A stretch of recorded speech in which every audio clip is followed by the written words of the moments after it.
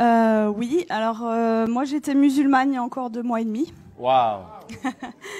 Et je suis médecin, on m'a annoncé un cancer des ovaires au mois de juin. D'accord, d'accord. Et pendant 3 semaines, un mois, en fait, j'étais très très mal, jusqu'à entendre parler de Jésus. Quoi, j'en avais déjà entendu parler, mais là j'ai été vraiment touchée sur une vidéo comme ça un soir chez moi. Et donc je me suis intéressée à cette personne et en fait j'avais pleuré pendant 3 semaines de tristesse et là je pleurais d'amour. Wow. Et je comprenais pas.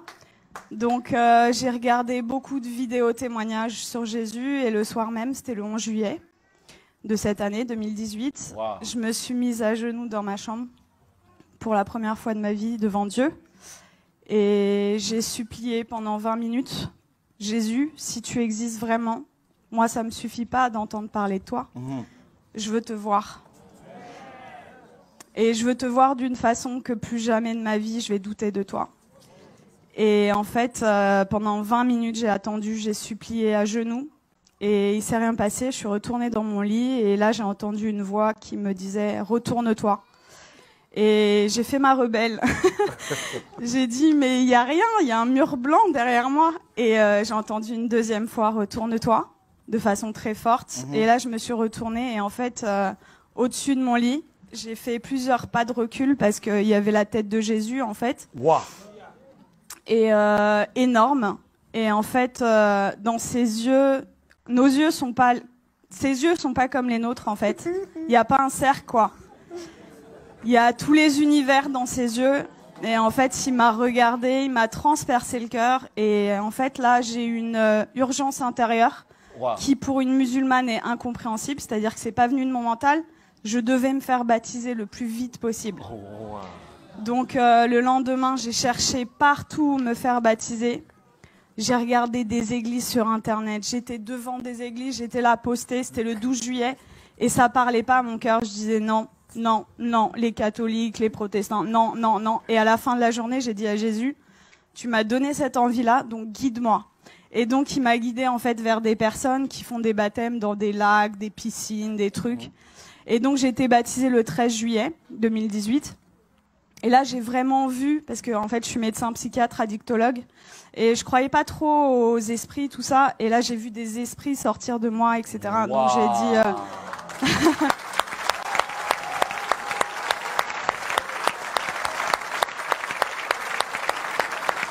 Est-ce que ça vous dérange de venir un peu? Hein? Ça vous dérange de venir? De quoi? Est-ce que vous pouvez venir? C'est possible? Ah oui, je peux. Mais là, c'est... Donc là, j'ai vu des esprits sortir de moi et je rentre chez moi, c'était le 13 juillet. Et là, dans mon lit, je commence à parler une langue où je comprenais rien. Et là, je dis, mais qu'est-ce que c'est que ça? Et en fait, on m'a dit après, c'est du parler en langue. Mais chez les musulmans, ça n'existe pas. Donc moi, j'avais jamais entendu parler du parler en langue. Et ça a duré 3/4 d'heure, 1 heure. J'ai parlé une langue où je comprenais 0 mot. Et en fait, j'ai senti une énergie remonter de mon ventre et je prenais comme ça. Et je jetais, en fait. Ça a duré 3/4 d'heure, 1 heure. Et là, au bout de 3/4 d'heure, 1 heure, j'ai arrêté de parler. Et j'avais des douleurs depuis 4 ans, tous les jours. Et là, pour la première fois depuis 4 ans, plus aucune douleur.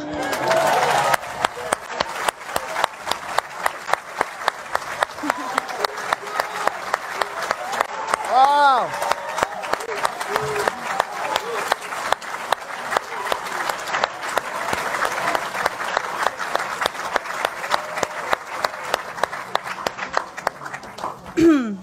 Et donc là, j'ai dit, ok, je suis guérie, c'est bon. J'ai pris rendez-vous chez mon gynéco le 17 juillet. Et j'arrive et je lui montre les examens complémentaires, les marqueurs tumoraux, l'IRM pelvienne.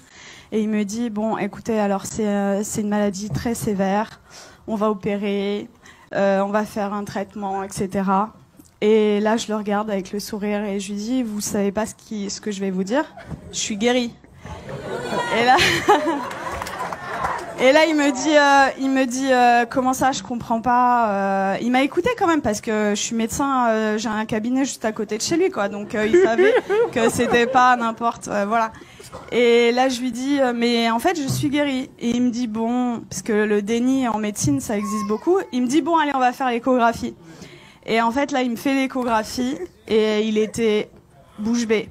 Donc en fait, il passe sur l'ovaire gauche, là il me dit au ralenti, ovaire gauche normal.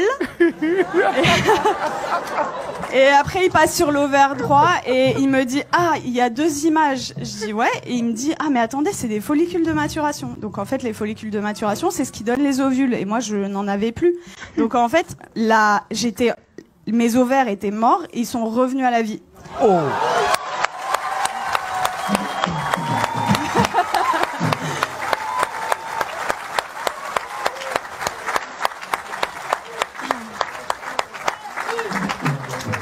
Et là, il retire la sonde et il me dit, vous vous rhabillez, vous allez m'expliquer ce qui s'est passé. Et du coup, je lui raconte en gros que j'ai rencontré Jésus 6 jours avant, qu'il m'a guéri et tout. Et il me dit, bon, écoutez-moi bien. Moi, je crois en Dieu, donc je pense que c'est possible. Je suis juive, donc je pense que c'est possible. Mais vous êtes médecin, attention, gardez ça pour vous. Et là, je lui ai dit, j'ai rigolé. Je lui ai dit, c'est impossible. Je lui ai dit, je veux que le monde entier...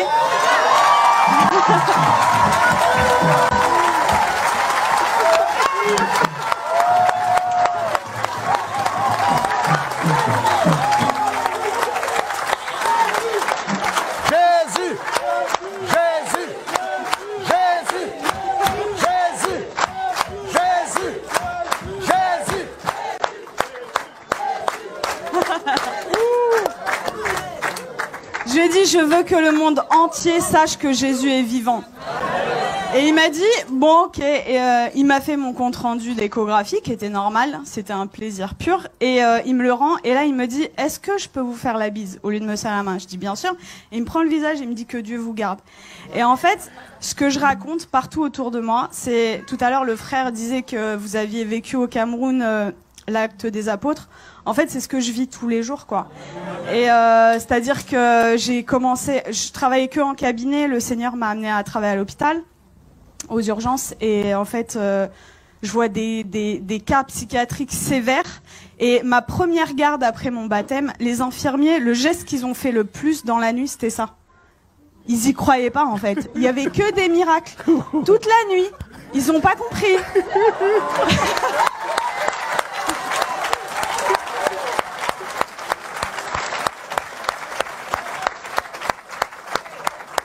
Et en fait, partout où je vais, partout où le Seigneur donc est avec moi, il se passe des miracles. Et c'est ce que je dis, en fait. Moi, ça fait que 2 mois et demi que je suis chrétienne. Et je vois les frères et sœurs, ils osent pas parler de Jésus. Ils ont limite honte de lui. Je dis, mais oh! Moi, je vais au salon de coiffure, il y a des coiffeuses qui sont guéries. Je vais à la boulangerie, à la boulangère.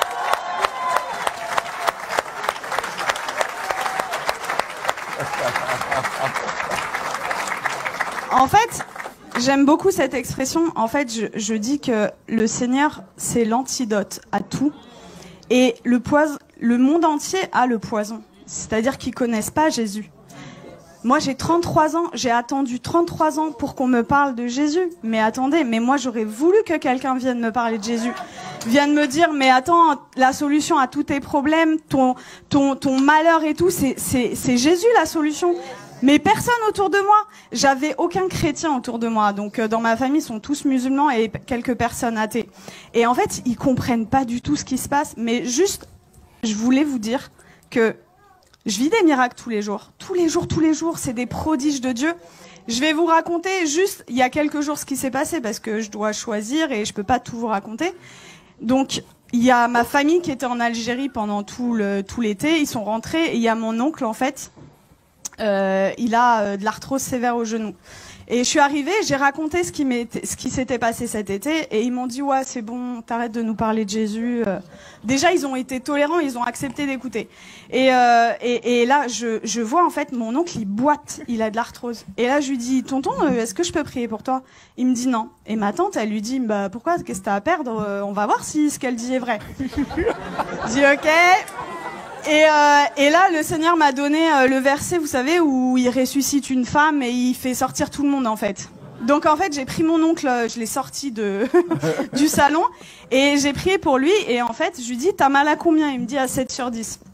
Il boitait. Et donc je prie le Seigneur et le Seigneur le guérit. Il me dit, mais j'ai plus mal du tout.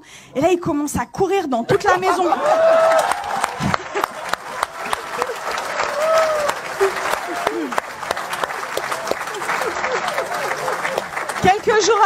Quelques jours après, je retourne dans la famille et là, il me dit, Nermine, tu vas pas me croire, j'ai vu mon ophtalmo. En fait, il voit son ophtalmo 2 fois par an, et pour son glaucome. Donc le glaucome, c'est une maladie chronique, c'est à vie, c'est comme le diabète. Et il me dit, l'ophtalmo, il a pas compris, j'ai plus de glaucome. Il lui a dit, je peux pas t'arrêter les 2 traitements parce que voilà, mais j'en arrête 1 sur 2. La prochaine fois, s'il y a plus rien, on arrête le 2e, quoi. Et donc ça, c'était mon oncle et mon père qui a 80 ans, musulman depuis 80 ans. Waouh. J'ai été le voir, ça faisait très longtemps que j'étais pas allée le voir, au moins 6 mois, 1 an. J'ai été le voir jeudi dernier. Et en fait, je lui ai raconté ce qui m'est arrivé. Il a été guéri, j'ai prié pour lui, il a été guéri de ses acouphènes, c'est des bourdonnements. Il avait depuis 10 ans, plus d'acouphènes. Il avait mal au dos, il pouvait pas sortir sans ceinture. Plus de ceinture, je l'ai sorti sans ceinture.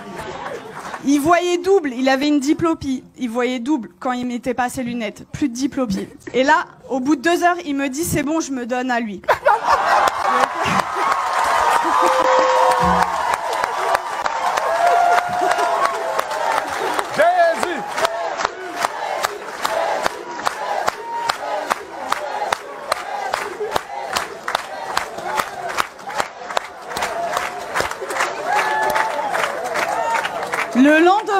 Le lendemain, donc c'était vendredi là, non, c'était pas hier, c'était vendredi dernier. Vendredi, j'arrive, donc le lendemain, en fait là, il me dit, tout ce qu'on s'est dit là, t'oublies, c'était des bêtises, tu me parles plus de Jésus. J'étais choquée. Je dis bon, ok. Et là, dans ma tête, au bout de 2 minutes, je dis non, ça va pas se passer comme ça. Et ça, vraiment, les frères et sœurs, c'est un truc hyper important. Vous priez, mais il faut proclamer aussi ce qui est écrit dans la parole. Et donc, dans ma tête, j'ai dit, je proclame qu'il appartient à Jésus. Je proclame qu'il appartient à Jésus. Et donc, j'ai proclamé. Et là, il me dit, j'ai la tête lourde et tout. Et j'ai dit, j'ai vu l'opportunité. Je dis, je peux prier pour toi? Et il me dit, non, tu m'approches pas. Et donc, en fait, 3 fois d'affilée, en 1 heure, peut-être 3 fois, je lui ai proposé. La 3e fois, il me dit, ça prend combien de temps? Je lui dis 5 secondes. Je dis ok. Il me dit ok. Donc, je mets ma main comme ça, je chasse les esprits au nom de Jésus. Et là, il éternue, mais de façon disproportionnée. Et là, il me regarde et il me dit, c'est parti. Je dis, ah ouais? Et il me dit, tu crois que ça a un rapport avec ta prière? Je dis, bah totalement. Et du coup, on est reparti à parler de Jésus. Je l'ai sorti, on est parti manger ensemble. Ça faisait 20 ans, ça faisait 20 ans qu'on n'était pas sortis ensemble. Et en fait, je lui ai parlé du baptême dans l'après-midi. Et dans l'après-midi, il me dit, ok, je suis ok pour être baptisé. Donc là, j'étais là. J'ai dit, je vais te baptiser dans ma baignoire, mais je voulais pas le faire toute seule. Donc j'ai écrit à des frères et tout. Oh, mon père, il veut se faire baptiser, qui sait? Et du coup, j'ai un frère qui est venu et à 21h vendredi dernier, j'ai baptisé mon père.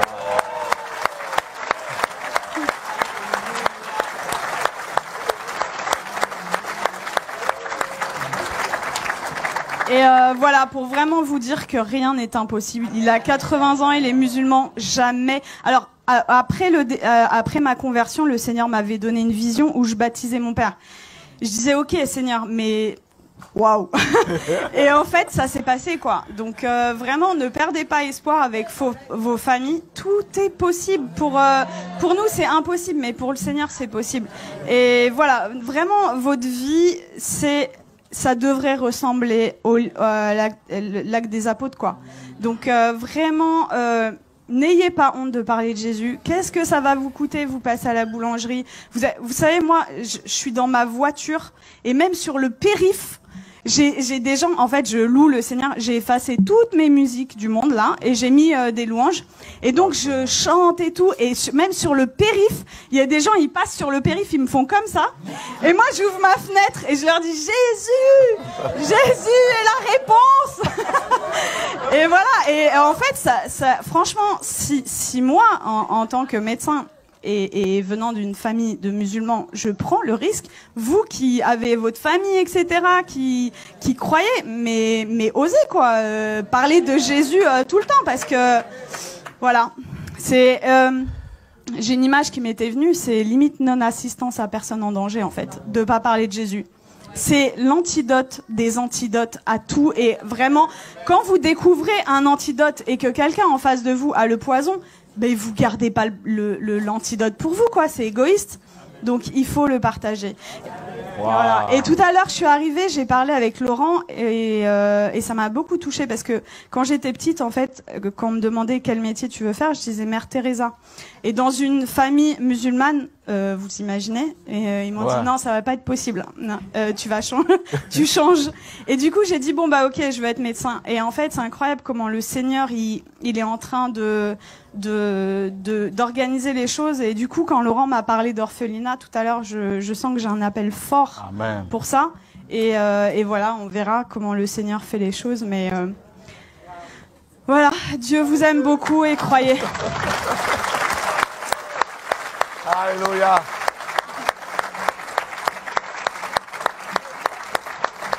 Wow. Gloire à Dieu.